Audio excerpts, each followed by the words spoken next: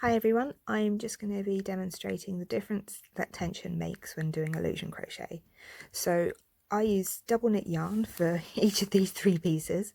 This I used a 3.5mm hook, this one I used 4mm, and this one I used 5mm, and you can see there's a big difference in sizes, but what you will also see is there is a big difference in how dramatic the illusion changes.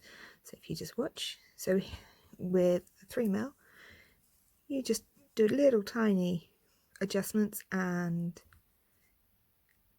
your yellow disappears. With my 4mm it takes a bit more, and then the 5mm you literally have to almost be flat, and I don't know if you can see next to each other how quickly they disappear compared to each other.